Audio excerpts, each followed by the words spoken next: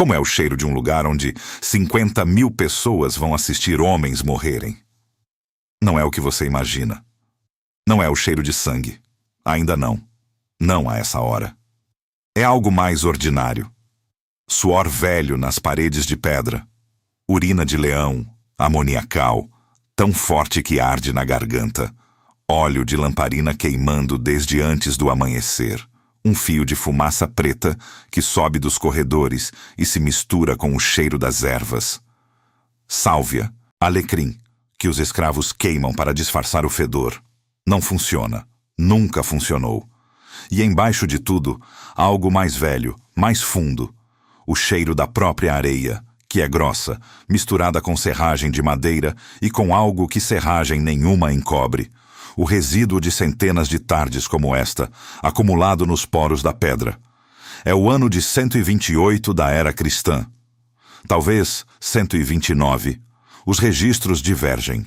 Roma, sob o imperador Adriano, está no auge. E o anfiteatro Flaviano, o que um dia o mundo vai chamar de Coliseu, já tem quase 50 anos de uso. 50 anos de areia trocada e trocada de novo. E o cheiro ficou. Lá embaixo, no segundo nível do subsolo, um homem está sentado num banco de pedra, de costas para a parede. Tem 30 anos. O nome dele é Flama. Sírio de nascimento. Escravo por captura. Gladiador por sentença. E nesta manhã de verão, no subsolo escuro e quente do maior anfiteatro já construído, ele espera, como esperou 33 vezes antes, para subir. Guarde esse nome. Guarde esse número. 34 lutas é o que vai constar na lápide dele. Nas próximas 6 horas, você vai viver um dia inteiro dentro desta arena. Do primeiro rugido de animal ao último corpo arrastado pela porta dos mortos. Mas antes do dia, o mundo. Roma no ano 128 não é só uma cidade. É o centro de um sistema que alimenta 50 milhões de pessoas do norte da Bretanha ao deserto da Líbia, da Espanha à Síria. E no coração desse sistema, no coração simbólico, pelo menos, está o anfiteatro. Não o maior edifício de Roma, não o mais antigo, mas o mais importante, da maneira como importam as coisas que ninguém admite que importam. Os romanos herdaram os combates dos etruscos. Em 264 a.C., 390 anos antes desta manhã, os filhos de um homem chamado Junius Brutus Scaeva organizaram o primeiro munus registrado. 3 pares de gladiadores lutando até a morte no Fórum Boarium, o mercado de gado de Roma, para honrar o espírito do pai morto. Um rito funerário. Uma oferenda aos mortos. Era isso, no começo. Mas os romanos tinham um talento especial para transformar ritual em espetáculo e espetáculo em política. Em 105 a.C., o Estado assumiu os jogos. Depois, os generais. Depois, os imperadores. Em algum momento, entre o rito fúnebre e o entretenimento de massa, o sangue deixou de ser oferenda e virou produto. Quando o imperador Tito inaugurou este anfiteatro, em 80 da era cristã, 48 anos antes desta manhã, os jogos duraram 100 dias. 100 dias. 5.000 animais foram mortos. Ninguém registrou quantos homens. Os poetas se ocuparam de elogiar Tito. Os números humanos ficaram em silêncio. O anfiteatro Flaviano tem capacidade para 50.000 espectadores, talvez 65.000, dependendo de quem conta. Isso é o tamanho de um estádio de futebol moderno. Mas num estádio moderno, a bola não sangra. A comparação acaba aí. As classes sociais determinam tudo. Senadores na primeira fileira, tão perto que a areia respinga nos seus sapatos. Mulheres e escravos no último anel, lá em cima, onde o sol bate mais forte. A entrada é gratuita. Pão e circo, panem et circenses, não é metáfora, é política de Estado. Um povo alimentado e entretido não faz revolução. Um povo que assiste outros morrerem se sente, por contraste, vivo e grato. O organizador dos jogos, o editor, É quem paga, quem escolhe os pares, quem decide, no fim, se um homem vencido vive ou morre. Não é o imperador, embora o imperador possa intervir. Não é a multidão, embora a multidão grite. É o editor, e o editor faz suas contas. Um gladiador treinado custa caro. Matá-lo é um desperdício. Mas a multidão quer sangue. E a multidão é 50.000 vozes que podem, se contrariadas, virar 50.000 problemas. É nesse cálculo, entre dinheiro e barulho, entre investimento e espetáculo, que um homem chamado Flama espera para lutar pela 34ª vez. O que se sabe sobre Flama cabe numa lápide, literalmente. Tudo o que sobrou dele é uma inscrição funerária encontrada na Sicília, escrita em latim por um homem chamado Delicatus, talvez o único amigo que ele teve.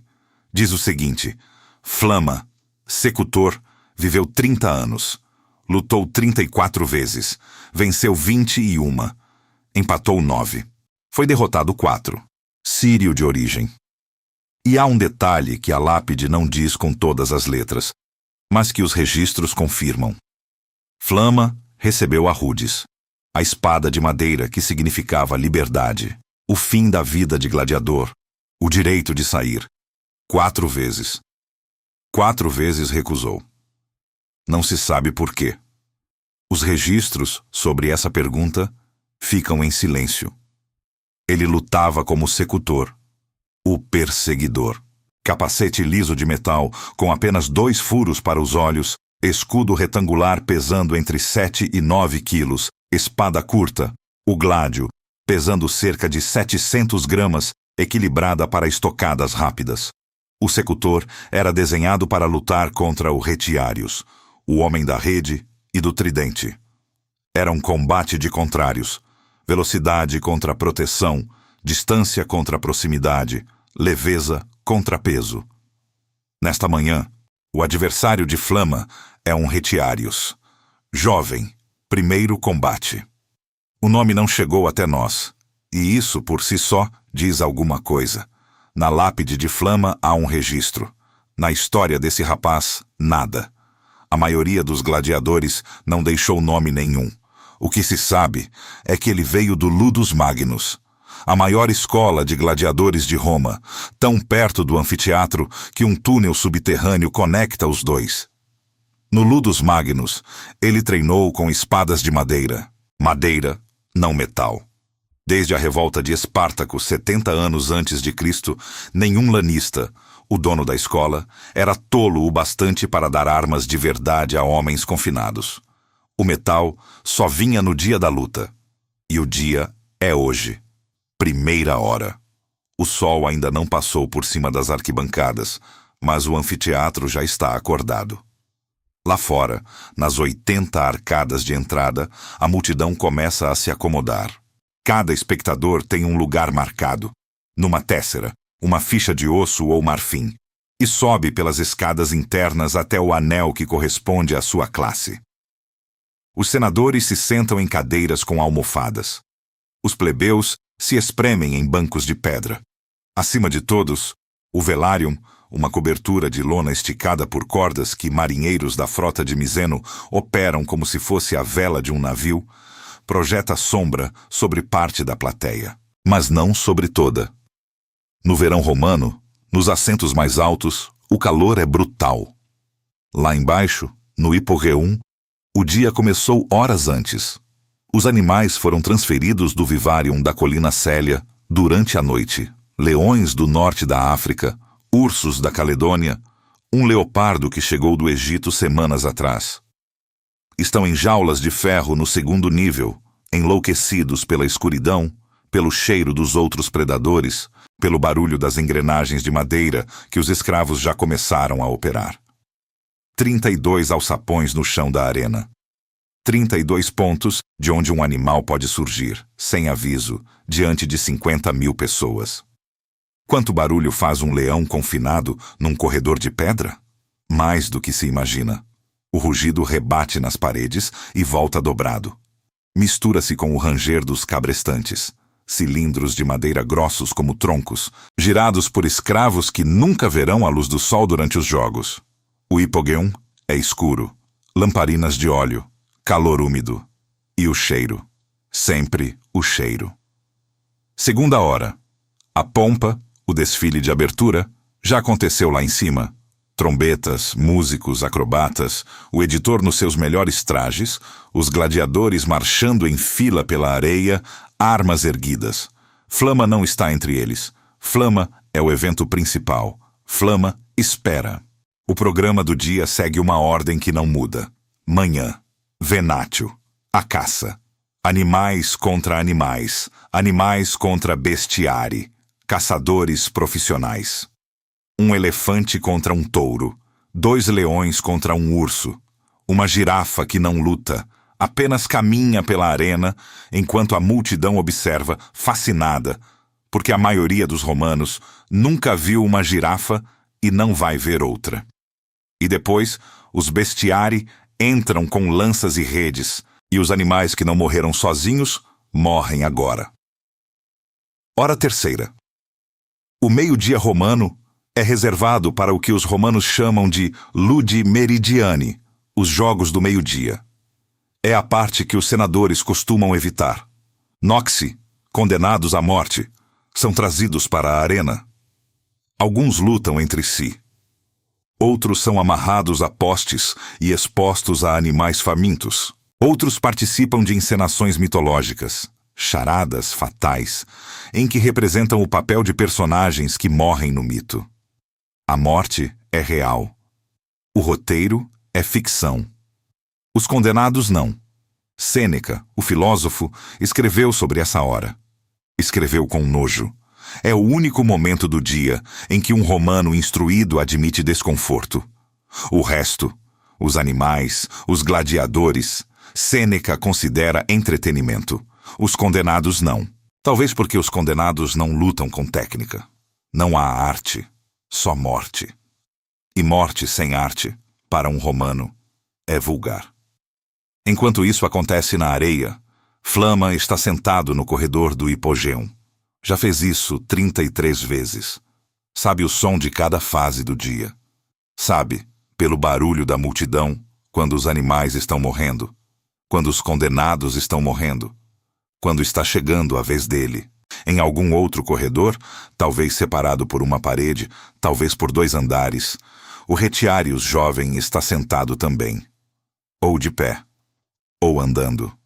Os registros não dizem o que um homem faz na hora antes do primeiro combate. Mas podemos imaginar. E o que imaginamos provavelmente está certo. Ele anda. Para e anda. Toca a rede que lhe deram. Pesa o tridente. A rede, quando nova, é seca e áspera como corda de navio, mas já está molhada do suor das mãos dele. Uns 3 quilos, talvez. O tridente é mais pesado e mais longo do que ele esperava. No Ludus Magnus, ele treinou contra um palus, um poste de madeira do tamanho de um homem. O poste não se move. O poste não tem 30 anos de experiência. O poste não recusou a liberdade 4 vezes. Como soa uma arena quando 50.000 pessoas param de falar ao mesmo tempo? Hora quarta. A prolúsio. O prólogo. Gladiadores entram na arena para combates de exibição com armas de treino, embotadas, sem fio. É um aquecimento. A multidão assiste com atenção moderada, comendo pão, bebendo vinho aguado, fazendo apostas nos combates reais que vêm depois. Os libelli, panfletos com os nomes dos gladiadores e seus registros, circulam pela plateia. Flama está neles. O retiárius não. Ninguém aposta num nome que não conhece. Approbatio armorum, a inspeção das armas. Um oficial verifica, par por par, se as lâminas são reais, se os fios cortam, se as pontas furam. No Ludus Magnus, tudo era madeira. Agora é ferro. O retiárius segura um tridente de ferro pela primeira vez. Repare nisso. A primeira vez que ele toca a arma que pode matá-lo ou salvá-lo é minutos antes de usá-la. O primeiro combate, com arma real, contra um veterano de 34 lutas. Hora quinta. Trombetas. 3 toques longos. O som que significa agora. Os gladiadores sobem, pelo alçapão ou pela rampa lateral. Os registros variam, mas o efeito é o mesmo. Escuridão, escuridão, escuridão, e então luz. Luz de verão romano, branca, pesada, refletida pela areia clara. E o som. 50.000 vozes que até um segundo antes eram um murmúrio distante através de metros de pedra, agora são um muro de barulho que atinge o corpo inteiro, do peito para baixo. Não é um som que se ouve, é um som que se sente. Flama já conhece esse som. Entrou nele 21 vezes como vencedor, 9 vezes como sobrevivente, 4 vezes como derrotado que viveu por misericórdia. O Retiários não conhece. Minuto 1 do combate. Os dois estão separados por cerca de 5 metros de areia. Flama, de capacete fechado, 2 furos para os olhos, 1 para a boca, metal liso sem crista, desenhado para não dar agarre à rede, escudo na esquerda, gládio na direita. O Retiários, sem capacete, rosto aberto, ombro esquerdo protegido por uma placa de metal chamada Galeros, tridente na direita, rede na esquerda, punhal preso ao cinto. A lógica do combate é simples. O Retiários precisa manter distância, jogar a rede, prender, usar o tridente para empurrar, furar, derrubar. Se perde a rede, e a rede só pode ser jogada uma, talvez 2 vezes com eficácia. Sobra o tridente e o punhal. Contra um homem com escudo e espada curta. Contra um homem que fez isso 33 vezes. A lógica de Flama é mais simples ainda. Avançar, desviar da rede, entrar dentro do alcance do tridente, porque o tridente é longo demais para lutar de perto, e então usar o gládio. Minuto 3. A rede voa. A multidão prende a respiração. Isso é literal. 50.000 pessoas parando de respirar ao mesmo tempo fazem um silêncio que parece físico, que ocupa espaço. A rede pesa, se abre no ar como uma coisa viva, com pesos de chumbo nas bordas. Flama se abaixa. Não muito. O capacete limita a visão, e ele não pode perder o adversário de vista. A rede passa por cima do escudo e cai na areia atrás dele. Inútil. O Retiários puxou a corda. A rede voltou, mas voltou suja de areia, mais pesada, mais lenta. Ele tem talvez mais uma chance. Minuto 5. Flama avança. 2 passos curtos, escudo à frente. O Retiários recua. A dança. É isso que os romanos pagam para ver. Não a morte, ou não só a morte, mas a técnica antes da morte. A coreografia mortal. O editor quer um espetáculo longo. A multidão quer sangue. E entre as duas coisas, 2 homens tentam sobreviver. Minuto 8. A segunda jogada de rede. Desta vez, ela pega. Enrola na crista do escudo de Flama. O peso puxa. A multidão grita. O Retiários puxa. Flama corta a corda com o gládio. Um golpe seco, preciso, treinado. A rede cai. Acabou. O Retiários não tem mais rede. Agora é tridente contra gládio. Distância contra proximidade. Juventude contra experiência. Minuto 12. Flama entra. Passa por dentro do alcance do tridente. O Retiários tenta recuar, tropeça. A areia é traiçoeira, grossa, desigual nos pontos onde o sangue dos combates anteriores a empapou. A perna direita cede. Ele cai de joelho. Não de costas, de joelho. A multidão explode. 50.000 vozes gritando coisas diferentes. E o Gula, Missum, mata, poupa. O som é impossível de separar. É uma massa, uma parede de vontade humana que desaba sobre 2 homens sozinhos no centro de uma arena de areia. O Retiários ergue o dedo. Um dedo. O gesto da submissão. O pedido de Missio. Poupa-me. Ele larga o tridente. Expõe o pescoço. Flama para. O editor decide. A multidão grita, mas o editor decide. Ele olha para cima, para o camarote imperial. Adriano pode estar lá, pode não estar. Os registros não dizem sobre este dia específico. Olha para a multidão. Calcula. Um retiários jovem, primeiro combate, sem nome nos libele. Não vale o que custou treinar. Mas também não vale o ódio de 50.000 pessoas que querem ver coragem recompensada. A mão do editor se move.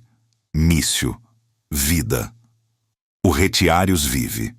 É levado de volta ao hipogéum pela porta lateral. Vai para o sanitárium, a enfermaria sob a arena, onde médicos tratam feridas de gladiadores com a mesma eficiência com que tratam cavalos caros. Porque é isso que gladiadores são, no cálculo romano. Investimento. Flama recebe a palma, a folha de palmeira da vitória. Dá a volta na arena. A multidão grita o nome dele. Flama, Flama, a chama, Sírio de nascimento. Escravo por captura. Vencedor 22 vezes agora. Ele levanta a palma. Não sorri. Ou se sorri, ninguém vê, porque o capacete ainda está no rosto dele. E é aqui que o dia vira. Porque os registros dizem que Flama, em algum momento, não sabemos se neste dia. Não sabemos se neste combate recebeu pela 4ª vez a rudes, a espada de madeira, a liberdade, o direito de nunca mais pisar nesta areia, nunca mais sentir este cheiro, nunca mais ouvir este barulho. Pela 4ª vez, recusou. No que pensa um homem que recusa a liberdade? Os registros não dizem. Os historiadores especulam. Talvez não tivesse para onde ir. Um sírio sem família, sem pátria, sem identidade fora da arena. Talvez a arena fosse a única coisa que ele sabia fazer. Talvez, e essa é a hipótese que perturba mais, ele quisesse ficar. Talvez, de alguma forma que não faz sentido para nós, a arena fosse a casa dele. Ou talvez não. Talvez a palavra escolha não signifique o que pensamos que significa quando aplicada a um homem que nunca foi livre. O sol desce. Os últimos combates do dia terminaram. Os corpos dos que morreram, não Flama, não o retiários, mas outros, os menos famosos, os que ninguém apostou, os condenados do meio-dia, são arrastados pela porta libitina, a porta dos mortos, no lado oeste da arena. Um homem vestido de Caronte, o barqueiro do mundo dos mortos, emprestado da mitologia grega, verifica cada corpo com um ferro quente, para ter certeza. Escravos entram na arena com baldes de água e rodos de madeira. A areia é revolvida. O sangue é coberto com areia nova. Amanhã, o cheiro vai ser o mesmo. Daqui a 50 anos, o cheiro vai ser o mesmo. A areia muda. O cheiro fica. No hipogéum, as lamparinas se apagam uma por uma. Os leões que sobreviveram são devolvidos às jaulas. Os elevadores param de ranger. O silêncio que desce sobre o anfiteatro depois de um dia de jogos é um silêncio de exaustão. Não a exaustão dos que lutaram, mas a exaustão do lugar. Como se as pedras estivessem cansadas. O retiários jovem está vivo. Vai treinar mais, vai lutar de novo. O nome dele nunca chegou até nós. Pode ter morrido no 2º combate, ou no 3º, ou pode ter vivido 20 anos e ganhado a rudes e aberto uma escola de gladiadores e morrido velho numa casa em Hóstia.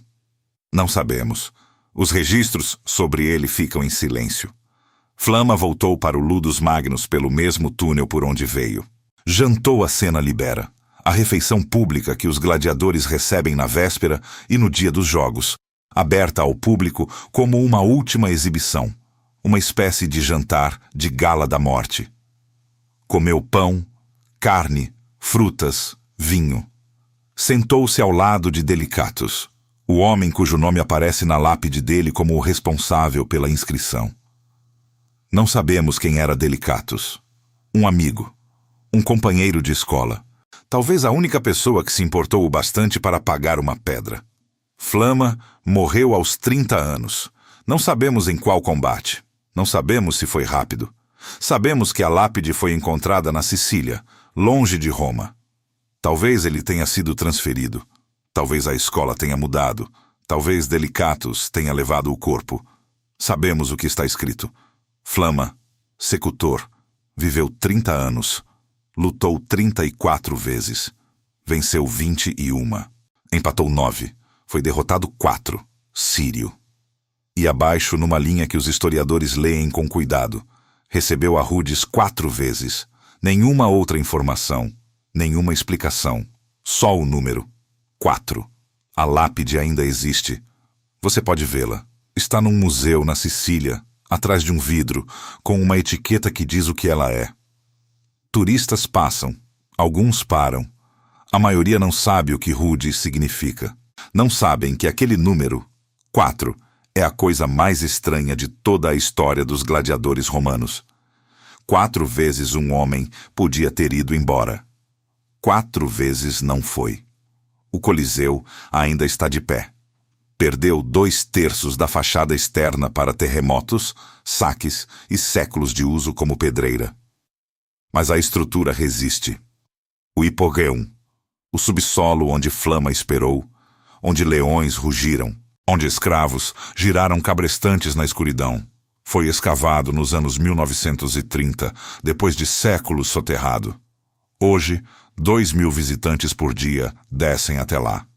Pisam nas mesmas pedras, passam pelos mesmos corredores. O cheiro, claro, não é mais o mesmo, mas as paredes são as mesmas paredes. E se você ficar quieto, num intervalo entre grupos de turistas, num minuto de silêncio, dá para ouvir alguma coisa. Não os leões, não as trombetas, não as 50.000 vozes. O eco, só o eco, do tipo que pedra guarda quando gente demais gritou por tempo demais dentro dela. Existe um debate entre historiadores sobre o que a arena significava para Roma. Se era válvula de escape ou instrumento de controle. Se os gladiadores eram vítimas ou, de alguma forma, agentes da própria história.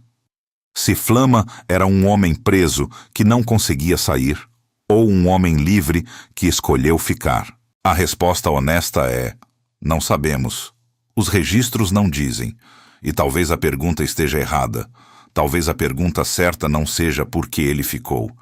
Talvez a pergunta certa seja: o que fizemos, nós, como espécie, para que um homem olhasse para aquela areia, para aquele cheiro, para aquele barulho, e decidisse que era ali que ele pertencia? A estrada que levava ao Coliseu ainda existe. Hoje se chama Via dei Fori Imperiali. Carros passam por ela. Turistas tiram fotos. O túnel do Ludus Magnus é visível da rua. Um buraco na calçada, protegido por grades, que leva a um corredor de pedra onde gladiadores caminharam descalços com espadas de madeira nas mãos, a caminho do único lugar do mundo onde lhes dariam armas de verdade. Você pode parar na grade, olhar para baixo, ver as mesmas pedras que Flama viu na última manhã, e na penúltima, e em todas as 34 manhãs em que ele desceu por aquele corredor sabendo o que vinha depois. A areia não está mais lá. O cheiro não está mais lá. Os 50.000 não estão mais lá. Mas a pedra, sim. A pedra ainda é fria.